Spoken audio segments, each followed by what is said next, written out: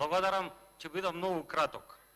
Доколку навистина сакавте оваа сага да се заврши денеска, да не комуницираат колегите цел ден, требаше да го информирате господинот Џафери што води седницата дека точката треба да оди прва на дневен ред за да полагаат луѓе пред нова година.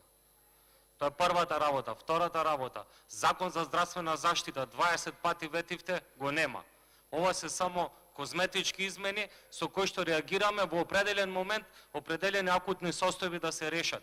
Ние ќе ги поддржиме. Ние ќе ги поддржиме и целата претеничка група од ВМРО ДПМН ќе гласа.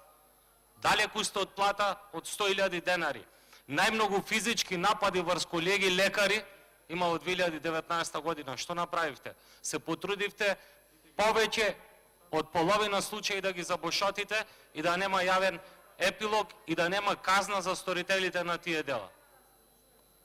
Колку сте кадарни да го водите здравството, ќе ви кажам само одредени податоци. Скандалот со инсулин, скандалот со набавка на вакцини, скандалот со избирањето на фирмата која што ќе врши централната стерилизација и да не ја должам работата.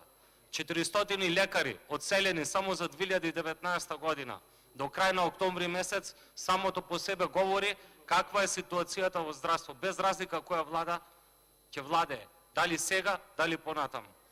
Дека треба навистина да се направи исчекор, треба квалитетен закон за здравствена заштита.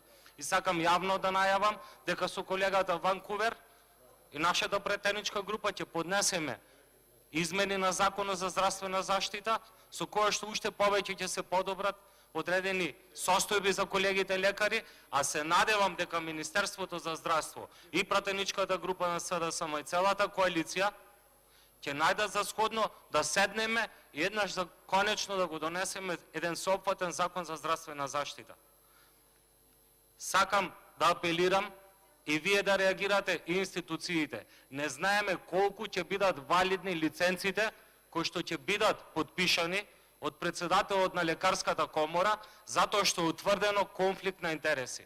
Ќе ве замолам ова прашање да се расчисти, за да можат колегите лекари да знаат дали ќе имаат валидни лиценци со валиден подпис.